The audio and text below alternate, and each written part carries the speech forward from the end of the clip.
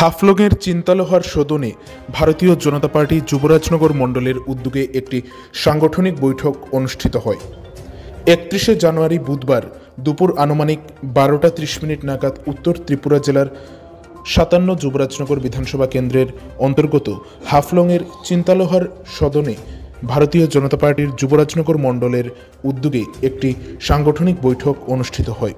এই সাংগঠনিক বৈঠকটি মূলত লোকসভা নির্বাচনকে কেন্দ্র করে অনুষ্ঠিত হয়, যেখানে এই লোকসভা নির্বাচনকে কেন্দ্র করে আগামী দিনে যুবরাজনগর মণ্ডলের বিভিন্ন কর্মসূচি সম্পর্কে বিস্তারিতভাবে আলাপ আলোচনা করা হয়।